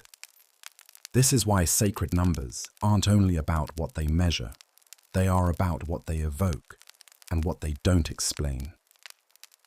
Take the number 0, the great circle of nothingness. It is the most paradoxical of all numbers, a value that represents the absence of value. But 0 is not empty. In fact, it is the beginning of measurement. It is the seed of awareness. It is the silence before sound. In ancient India, 0 was seen not as a void, but as a sacred potential, the womb of creation, a number that contains all numbers. In this way, it resembles the mystical traditions of many cultures, where silence is not absence, but presence unspoken. The Kabbalists spoke of Ein Sof, the infinite without end, from which everything arises. Buddhists speak of sunyata, emptiness, which is not nihilism, but a fullness beyond form. And in mathematics, 0 sits like a gateway, allowing the positive and negative to meet. It is the axis, the fulcrum. In the end, all sacred numbers carry us toward this still point. After the counting, after the chants, after the patterns and proportions, there is quiet. And in that quiet, a new kind of knowledge emerges. Not facts, not figures, but understanding, a recognition of connection. Because what sacred numbers really offer is a way to feel at home in the universe, to sense that you are not adrift in randomness, but woven into a design. That even if you can't see the full pattern, it exists. That the heartbeat of the cosmos can be heard, not as a roar, but as a pulse, measured, gentle, infinite. So when you see a number repeating, or feel drawn to a sequence, or trace a spiral in the shell of a snail or the arc of a wave, remember this: the world is not shouting, it is whispering, and numbers are one of its oldest, softest languages. Let that language speak to you, not in urgency, but in rhythm. Let it remind you that behind every calculation is intuition. Behind every formula is mystery. And beneath every number, whether sacred or simple, is silence. A silence that welcomes you home. Each night, as the world goes dark and quiet, another world awakens. One without logic, without gravity, without rules. A place where doors open into memories, where people long gone speak again, where you can fall from the sky and not be afraid. This world is the dream, and for thousands of years, People have believed that dreams are more than the flickering of the brain. They are messages, maps, mysteries, and sometimes warnings. The earliest records of dreams come from Mesopotamia. On clay tablets, ancient scribes recorded the dreams of kings and prophets. Dreams of rivers drying, of stars falling, of animals speaking. These were not dismissed as random thoughts. They were read like letters from the gods. In ancient Egypt, dreams were seen as communications from the divine. The god Thoth was believed to send visions through dreams, sometimes to guide, sometimes to warn. The Egyptians even created a dream book, a manual listing hundreds of common dream symbols and their meanings. A crocodile in a dream meant good fortune. A collapsing wall meant danger. These interpretations were not poetic, they were practical. Dreams could influence political decisions, architecture, even war. The Greeks and Romans also placed great weight on dreams. In Homer's Odyssey, Penelope is told to distinguish between true dreams that pass through the gates of horn and false dreams through gates of ivory. Temples called asclepieions were built where people would sleep and await healing dreams sent by the god Asclepius. Priests would then interpret these visions and prescribe cures.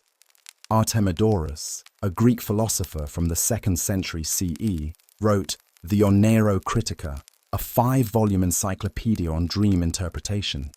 It was less mystical and more empirical, based on interviews with dreamers and observations of outcomes. He believed dreams reflected both divine messages and psychological truths. His work remained a standard in dream theory for centuries. In the Islamic world, dreams were seen as one of the ways God communicates with believers. The Prophet Muhammad himself received important revelations through dreams, and dream interpretation became an important spiritual discipline. Scholars like Ibn Sirin compiled vast treatises on dream meanings, mixing religious insight with psychological observation. In medieval Europe, dreams were both feared and revered. They could be divine revelations or traps from demons. The line between vision and temptation was razor thin. Monks would record vivid dreams and analyze them for moral lessons. Mystics like Hildegard of Bingen claimed to receive visions from God while in dreamlike trances, blending poetry, prophecy, and theology. But the most bizarre and enduring belief about dreams is that they are a second life, that we live 2 lives, one by day, bound by laws and memory, and another by night, where the soul travels, learns, and sometimes returns, changed. In many indigenous cultures, dreams are not personal, they are communal. The Ojibwe speak of the dream road, a place where the ancestors walk. The Aboriginal peoples of Australia speak of the dreaming, a vast, sacred time, outside time, where creation and consciousness merge. For them, dreams are not illusions. They are more real than waking life. In Africa, many cultures view dreams as spirit communication. The ancestors speak through symbols. A lion may mean courage or an approaching challenge. A storm could signal the need for cleansing. Dreams are guidance, and ignoring them is dangerous. In Asia, dream interpretation is often tied to balance. In Chinese traditions, the yin-yang balance flows into sleep. Dreams may show where there is disharmony in your life. They may also be signs of illness, early warnings that the body whispers through symbol. Then, in the 20th century, dreams took a new turn into the psychological. Sigmund Freud proposed that dreams are expressions of repressed desires, that our subconscious leaks out during sleep in symbols. Carl Jung expanded this, suggesting dreams are messages from the collective unconscious, a deep, shared reservoir of human experience. Jung saw dreams as symbolic, not literal. A snake was not a snake. It was transformation, fear, renewal. A house was not just a building, it was the self. Different rooms, different layers of consciousness. A flood was not just water, it was emotional overwhelm. To Jung, dreams were like letters from a wiser part of ourselves, a part we ignore in waking life. He encouraged people to record dreams, meditate on them, draw them, revisit them. Because sometimes, what we forget upon waking is exactly what we most need to hear. Modern science offers another layer. Dreams are the brain processing memories, cleaning up emotional residue, rehearsing survival scenarios. Dreams help us problem solve. They help us regulate emotion. They help us rehearse what we might one day face. But even these clinical explanations leave space for mystery. Because no matter how many theories we build, the experience of dreaming remains strange. You lie in bed, close your eyes, and suddenly, you are elsewhere. Time shifts. People speak in riddles. You feel things more deeply than in waking life. You wake with tears, with joy, with fear, and often with no words to explain why. And perhaps that's the point.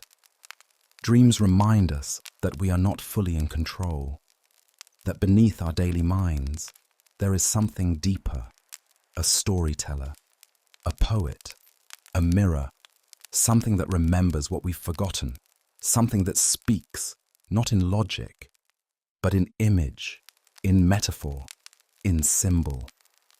And so we dream of falling, of flying, of returning home, of places we've never seen, but somehow recognize, of people who no longer live, but still smile. And whether we call them divine messages, subconscious code, or echoes of the soul, we cannot deny the effect. Dreams change us, confuse us, heal us. They make us pause and wonder, because in the stillness of night, behind closed eyes, we become travelers again, not in the world, but in ourselves. Among the most haunting and bizarre aspects of dreaming is not just that we forget them, but that sometimes we don't. Some dreams return, again and again, like a melody we can't shake, a hallway we keep walking down, a face we keep seeing, a door that never opens. These are recurring dreams, and throughout history, people have believed they carry messages we have not yet learned to hear. In ancient cultures, a dream repeated was not a coincidence. It was a command. It meant something had not been honored, a ritual was left undone, or a path of destiny had been ignored. A hunter who dreamed repeatedly of being chased by a wolf might be told to seek solitude and ask what fear stalks him in waking life. A woman who kept dreaming of a flooded river might be called to perform cleansing rites or confront long-buried grief. In modern psychology, recurring dreams are seen as expressions of unresolved emotion. They're patterns the mind loops through, trying to complete something left unfinished. Often, they emerge during periods of stress, transition, or deep transformation. The dream may change slightly each time, different colors, different weather, a new person, but its shape remains, its message undelivered. These dreams often carry archetypal symbols, images so ancient and universal that they appear in nearly every culture and era. Water, for instance, is one of the most common dream symbols. It may appear as a calm lake, a violent ocean, a hidden well. It often represents emotion. When water is clear, the dreamer is in harmony. When turbulent, the dream may be pointing to internal conflict. And when a person dreams of drowning, it may suggest emotional overwhelm or even spiritual rebirth, depending on the tone. Another frequent symbol is the house. Dreaming of a house, especially one with multiple rooms, hidden basements, or unfamiliar architecture, is often a dream of the self. The attic may represent memory, the basement, the unconscious. A locked room may symbolize a part of you that is not yet ready to be opened. In this way, the dreamer becomes an explorer of their own soul, walking through symbolic corridors made of thought and feeling. Falling is another common motif. Many people have dreamed of plummeting through space, of the stomach-lurching descent that ends just before waking. Some ancient cultures saw this as a soul returning to the body. Some modern thinkers interpret it as a fear of losing control. But others suggest it is the body relaxing so quickly into sleep that the mind misinterprets it as a physical threat. And yet, it still carries a strange charge, a sense of exposure, of release, of surrender. Then there are the chase dreams, being hunted, running endlessly. These dreams often reflect anxiety or avoidance, some truth or fear we do not wish to face. But they may also speak to ambition, to urgency, to something deep within us that longs to be caught and transformed. The chaser is not always the enemy. Sometimes it is a part of ourselves that demands recognition. And what of dreams where we fly? Not with engines or machines, but with the body itself, light and effortless, gliding above trees and cities. These dreams are among the most joyful, the most freeing. They are often associated with creative expression, liberation from fear, or spiritual transcendence. Cultures around the world have seen flight dreams as sacred, visions of the soul in its natural state, unbound. Even the presence of animals in dreams has long been studied with reverence. A snake, for instance, might represent transformation, healing, or hidden danger, depending on the culture and context. A wolf might be a threat or a teacher. Birds often symbolize messages from the beyond, while cats represent independence, intuition, or the feminine. The surreal nature of dreams allows contradictions to coexist. You may walk through your childhood home and find a vast ocean inside the living room. You may speak with someone who has passed, but know they are not quite them. You may feel grief in a garden of flowers, or joy in a desert storm. This emotional surrealism is not a mistake. It is the dream's way of showing us truth in sideways shapes, truth that the waking mind would never accept if given directly. Many people report prophetic dreams, visions of events before they happen. Whether these are examples of unconscious pattern recognition or something more mysterious is still debated. What is clear is that dreams sometimes feel as if they know us better than we know ourselves. They hint, they echo, they leave us wondering, did I see that coming, or did it see me? And in some dreams, we experience what psychologists call lucid dreaming, the moment we become aware that we are dreaming and can choose our path within it. Lucid dreams are rare and powerful. Some use them to heal, to confront fear, to explore memory. Others use them simply to fly. In Tibetan Buddhism, dream yoga is a discipline that teaches people to remain conscious while dreaming. Practitioners use lucid dreams to rehearse detachment from the material world, to practice compassion, and to prepare for the moment of death. For them, dreams are not illusions, they are training. Whether you interpret dreams as psychological residue, spiritual messages, or stories from a deeper self, one truth remains. They matter. They linger. They shape how we feel upon waking. A single dream can change a day, a mood, a decision. They are the night's quiet theatre, where the soul experiments with form, with fear, with possibility.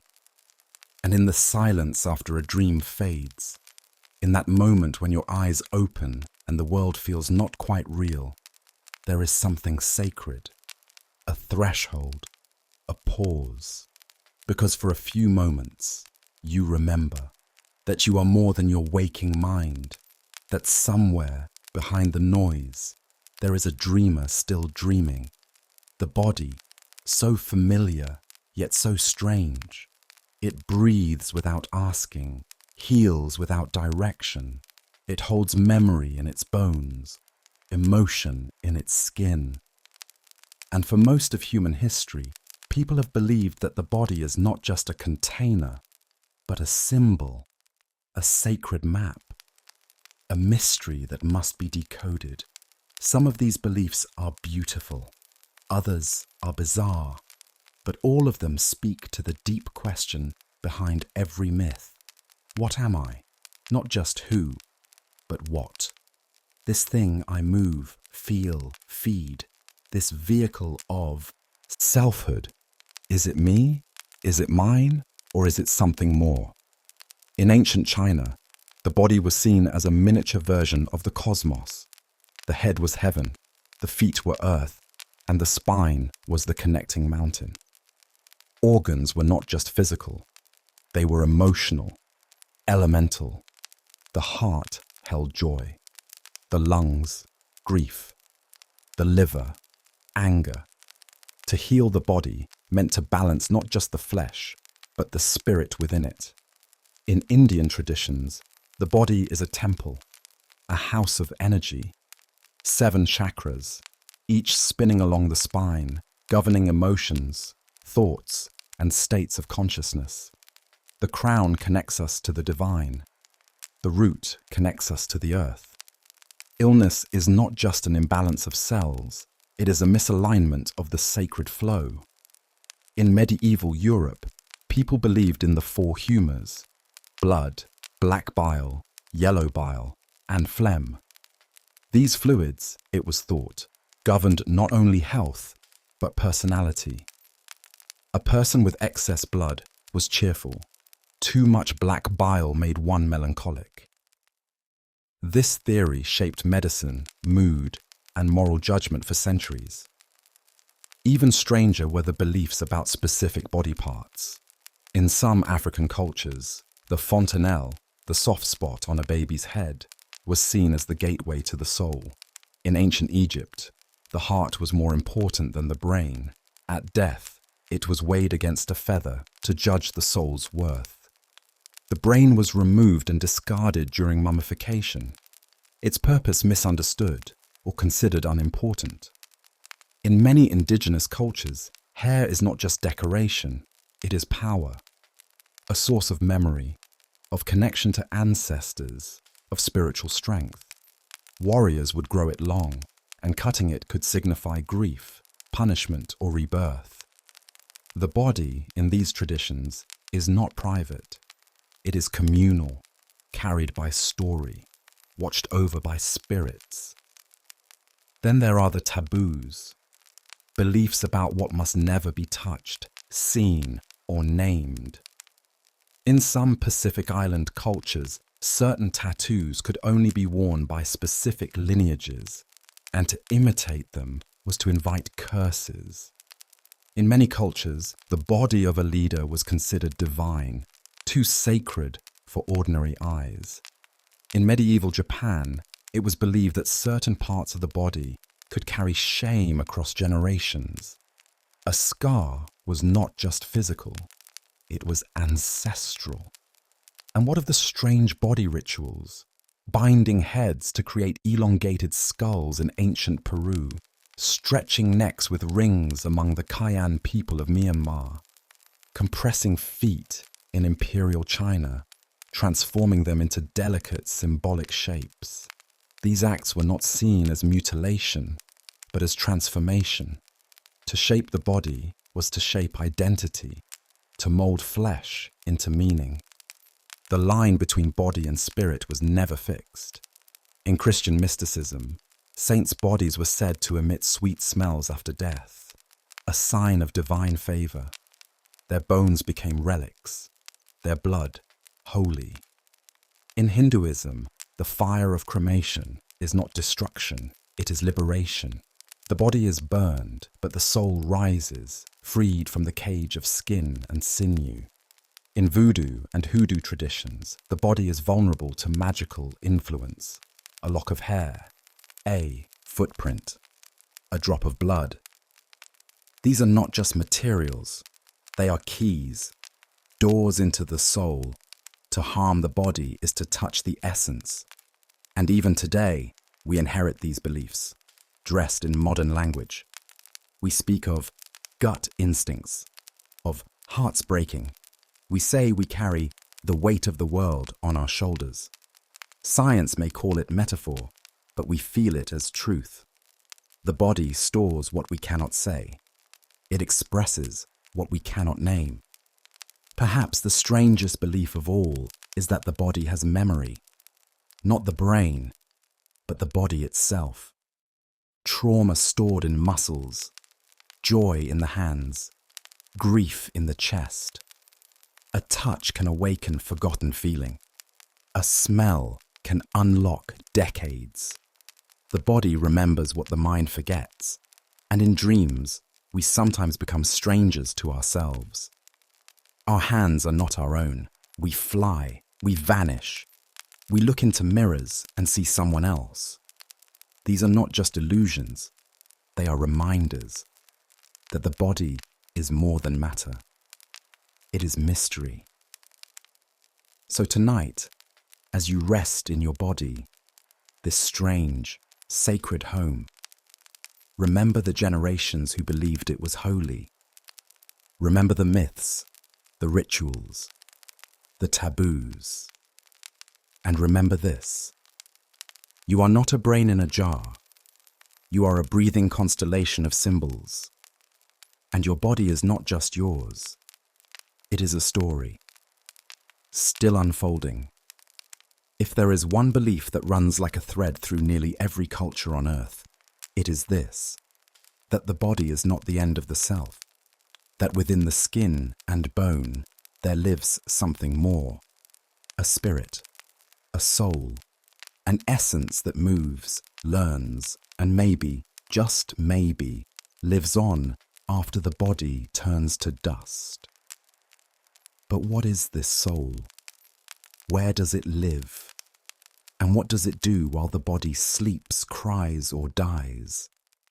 In ancient Greece, the soul was called psyche, a breath, a breeze, a life force. It was thought to be light and fragile, easily lost, but central to identity. In Plato's view, the soul predated the body and would live beyond it, reincarnated through cycles, learning lessons across lifetimes. In Egyptian belief, the soul was more complex.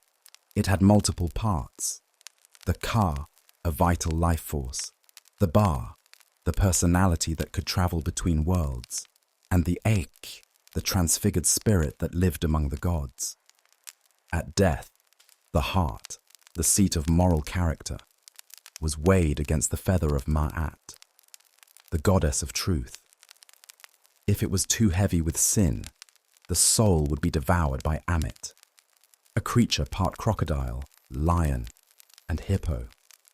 Not tortured, just erased. In Jewish mysticism, the soul is composed of layers: nefesh, the animating force; ruach, the spirit of emotion and morality; and neshama, the divine intellect.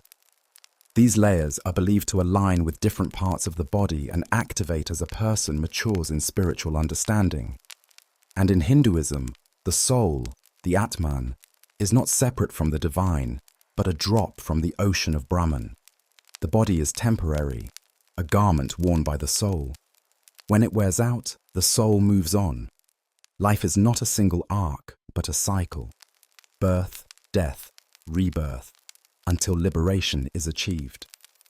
This belief in rebirth isn't limited to the East. Among the Druze of the Middle East, reincarnation is accepted and tracked through memory and signs. In certain Native American and African traditions, souls return to the same family lines, reincarnating as grandchildren or cousins. The dead are not lost. They are transformed. And across many cultures, the soul is said to leave the body during sleep. Dreams are then not just thoughts, but travels. The soul visiting other realms, meeting other souls, receiving guidance. Some traditions warn against waking a sleepwalker too suddenly, not because of danger, but because their soul may not yet have returned. But not all beliefs treat the soul as a passenger. In some, the body itself is sacred, not because it contains a soul, but because it is an expression of it. In the physical posture of yoga, in the ritual movements of dance, in the pilgrimages of the feet and the fasting of the stomach, the body enacts the soul's devotion. This blurring of lines between body and soul becomes clearest at moments of transformation, birth, illness, trance, death. In these moments, the body shifts, and the soul is believed to flicker like a candle in wind. In shamanic traditions, the soul can be lost, fragmented through trauma or shock. A person might feel hollow, disconnected. In these cases, a healer might perform a soul retrieval, a ritual journey to recover the lost parts of the self, not metaphorically, literally, to bring the pieces home. In Catholicism, the soul is immortal but judged. It may ascend to heaven, descend into hell, or pass through purgatory, refined by suffering. In Tibetan Buddhism, the soul journeys through the bardo, an in-between state, facing illusions and memories before its next life begins. In modern times, belief in the soul still lingers, sometimes quietly, sometimes fiercely. Some feel it in music, in birth, in the moment someone dies, when the body grows still and something seems to leave. It's not visible, it cannot be measured, but something changes. And even science, for all its tools, struggles to fully explain consciousness, the mystery of awareness, the feeling of being you. Is it just neurons firing, chemicals balancing? Or is there something more, something unmeasurable? What makes a body alive? What makes it you and not someone else? And if that essence, whatever it is, can be felt, can it be lost? Can it be healed? Can it be shared? These questions are not just philosophical. They're emotional, human. We feel our souls stirred by beauty, by grief, by connection, by the sound of rain, or the eyes of a stranger. These are the moments when body and soul seem to meet, briefly, brightly. So perhaps the most beautiful and bizarre belief of all is not that the body contains a soul, but that it is one, moving, feeling, seeking, a soul in physical form, learning what it means to be here. As we come to the end of this quiet journey through the strangest beliefs ever held by the human mind, a question drifts gently through the air, like smoke from an old fire. Why do we believe? Why do we, again and again, across continents and millennia, imagine hidden meanings behind? Stars, numbers, dreams, bodies, and stories. Why do we whisper tales of spirits, gods, signs, symbols, and strange forces that we can never quite prove, but never fully forget? Maybe it's because belief is older than reason. Before we had tools to measure the world, we had stories to feel it. We looked at lightning and saw God's anger. We felt love and imagined soulmates. We saw someone heal and called it magic. In the absence of certainty, belief gave us comfort, structure, hope. But it gave us more than that. It gave us depth. The bizarre beliefs we've explored, of mystical numbers, soul-traveling dreams, celestial beings, sacred rituals of the body. They may not all be literally true, but they tell us something deeply real, that humans are meaning makers, that we long for connection, for wonder, for coherence in a world that often feels scattered and silent. Think of the child who speaks to the moon, the grandmother who believes in signs from birds, the man who wears a pendant passed down through generations and touches it before making a decision. These are not just habits, they are rituals. They carry belief, even if the words change.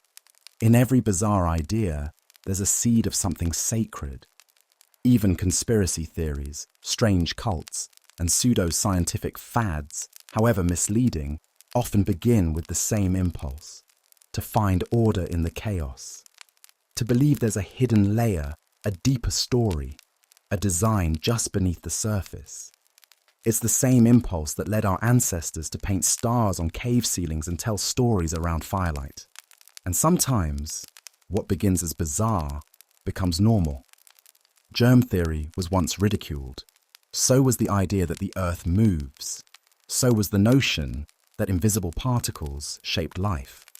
What seems absurd in one century may be wisdom in the next. This doesn't mean every strange belief is true, but it means every belief holds something worth understanding: a cultural need, a personal ache, a hope too tender to let go. Because belief isn't about proof, it's about presence. To believe is to say, I am here, I see, I feel, I reach beyond. And so we believe in things both great and small, in luck, in love, in fate, in karma, in curses, in cures, in guardian angels, in parallel lives, in lucky socks, in holy relics, in numbers that speak, in dreams that warn, in stars that guide, in memories that linger. Some of it is rational, some of it is not, but all of it is human, and perhaps that is the most important belief of all. That belief itself is not a flaw, but a feature, a gift, a soft, persistent flame that keeps us questioning, wondering, reaching. So tonight, as you rest, let the strange beliefs of the past rest with you. Let them curl like stories at the edge of sleep, not to be judged, not to be dismissed, but to be held briefly with curiosity and care.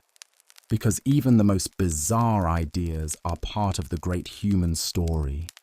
The story of dreaming, the story of reaching, the story of trying to make sense of the beautiful aching mystery of being alive. And maybe, just maybe, that's not so bizarre after all. Good night.